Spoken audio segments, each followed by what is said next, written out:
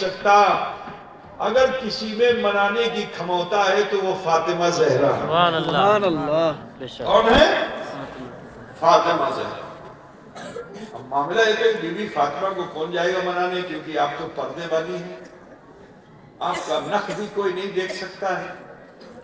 آپ کا حال یہ ہے کہ آپ نے اپنے انتقال سے پہلے اپنی لوڈی سے، اپنی کنیز سے پوچھا یہ بتاؤ کہ میرا انتقال ہوگا تو لوگ میرا کفن دیکھیں گے، اس سے بچنے کی صورت کیا ہے؟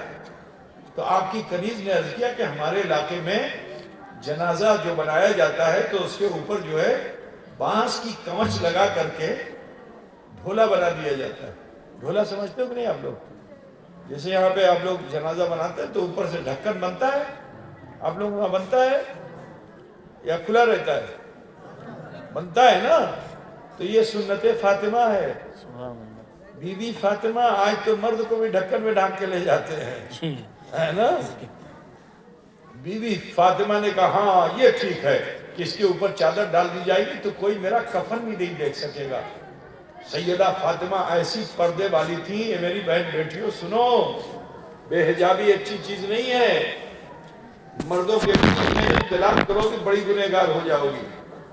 ٹھیک ہے، ابھی جیسے یہاں پہ پگڑی باندھی جا رہی تھی، کوئی ماں بہن بیٹی آ گئی، گھس گئی جوش میں، یہ نہیں دیکھا کہ ہم جائیں گے تو گنہگار ہو جائیں گے. نہیں میری بہن بیٹیوں، جہاں مرد ہو اس سے مل کر کے سٹ کر کے اگر جاؤ گی تو بہت گناہ ہے، اور دونوں کو گناہ ہے، مرد کو بھی گناہ ہے، عورت کو بھی گناہ ہے. پتہ بجھتے سے نا. تو بی بی فاطمہ تو بڑی پردے والی تھی. اب انہیں کون سمجھائے گا؟ تو حضرت علی نے فرمایا کہ دیکھیے سلمان فارسی یہ بردھاوستھا میں ہے. آپ جانتے ہو کہ بوڑھے لوگ بڑے لوگوں کی عزت تو سبھی کرتے ہیں نا. تو کہا سلمان فارسی کو اللہ کے رسول نے اہل بیت میں بھی شامل کیا ہے، اگر یہ جائیں گے تو سیدہ فاطمہ راضی ہو جائیں گے. غرض کہ سلمان فارسی کو راضی کیا گیا. آپ گئے بی بی فاطمہ کے دروازے پہ، آپ نے جا کے شبدو کیا تو اندر سے آواز آئی کون؟ تو آپ نے فرمایا میں سلمان. کہا کس غرض سے آئے ہیں؟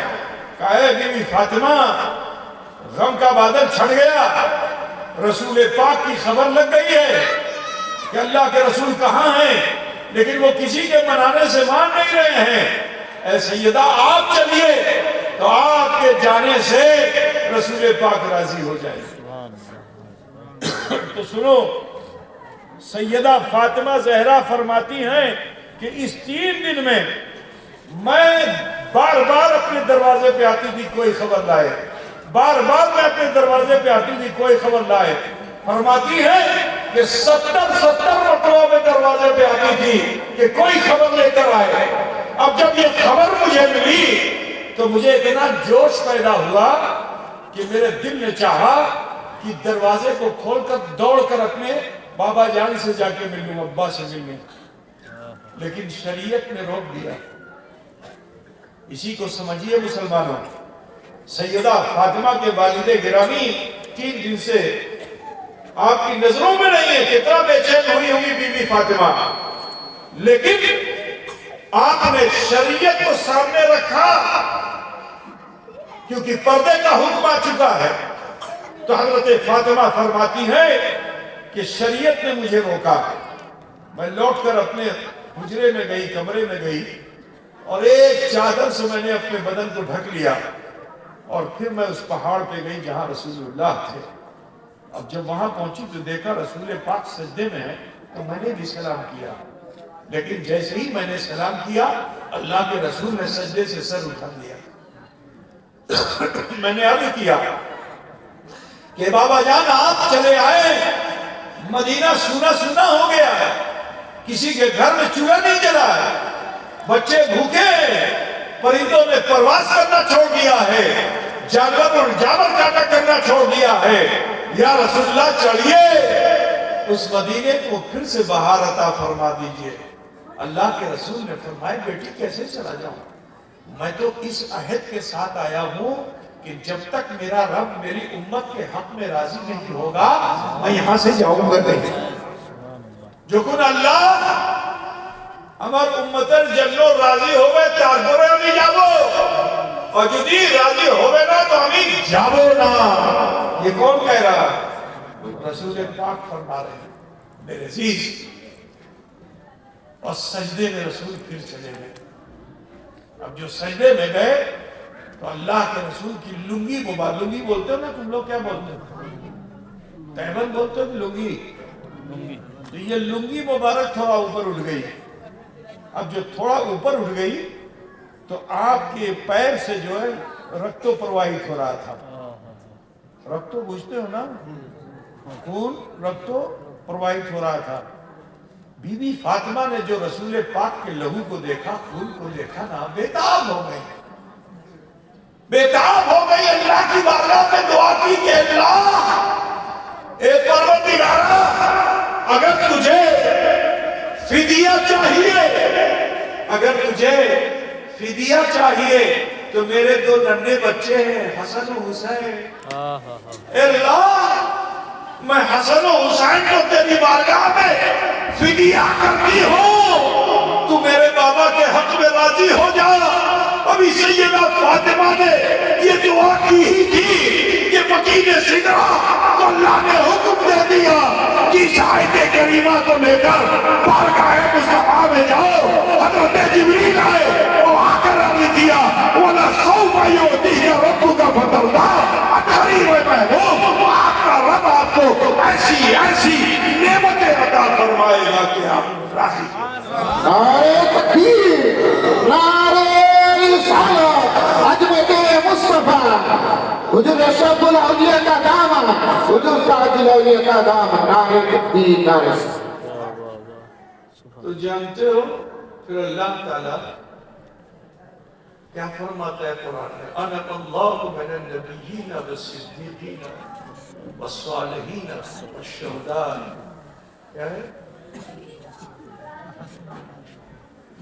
نہیں, اَنَا اللَّهُ مِنَ النَّبِيِّينَ وَالصِّدِّيقِينَ وَالشُّهَدَاءِ وَالصَّالِحِينَ وَحَسُنَ أُولَئِكَ رَفِيقًا. سمجھنے یہ نبی ہیں جو ان کے ساتھ ان کے دوست بھی ہو گئے. اللہ نے ان پہ بھی انعام فرما دیا. تو قرآن جانتے ہیں ان کے دوست کون ہوئے؟ جو بیٹھی ہوئی جماعت, سبحان اللہ. قرآن بجھ رہے ہو کہ نہیں بجھ رہے ہو؟ یہ جماعت بیٹھی ہے نا, اس کو ان لوگوں کو آپ کیا بولو گے؟ حافظ بولو گے نا. تو یہ حافظ صاحب لوگ اللہ تعالیٰ نے ان میں اتنی موقع دے دی ہے, تم کسی اسکول میں پڑھا کے اپنے بیٹے کو IAS بنا دو, تمہیں نہیں بخشوا پائے گا. لیکن یہ جو حافظ بن گئے, ماں باپ کو مبارکباد کہ آج حافظ ہو گیا, تمہاری بخشش کا سامان بن گیا. ماں باپ کو خوشیاں منانی چاہیے. یہ حافظ قرآن ہو گیا, یہ صرف اپنے ماں باپ کو نہیں بخشوائے گا, یہ اوپر کی 7 پشتوں کو بخشوائے گا. ابا کو, دادا کو, پر دادا کو, لکڑ دادا کو, سکڑ دادا کو, لکڑ دادا کو, اب جتنے بھی دادا اوپر کے, وہ تھا پوچھ گیا نا. اور جب نیچے آؤ تو اپنے بیٹے کو, بیٹے کے بیٹے کو, بیٹے کے بیٹے کو, بیٹے کے بیٹے کو 7 پشت. پتہ پوچھتے سے جی 7 اوپر اور 7 نیچے. یہ تو خاندان والوں کا معاملہ ہو گیا. کل میدان محشر جب ہم اور آپ جمع ہوں گے تو شافعی ابو مشہور احمد مصطفیٰ محمد مصطفیٰ صلی اللہ علیہ وسلم میدان محشر میں جہاں نفسی کا عالم ہوگا, کوئی کسی کو پوچھنے والا نہیں ہوگا, میرے نبی کریم مصطفیٰ ندا دے کے بلائیں گے, انا لہا, آؤ میں تمہارے لیے ہوں. یہ دھوپ کی شدت میں کہاں ہو, آؤ میں تمہارے لیے ہوں. رحمت کی چادر کملی پھیلی ہوئی ہوگی, امت اس میں سمٹتی چلی جائے گی. پیاس لگے گی تو حوض کوثر سے میرے رسول کوثر کا جام پلائیں گے.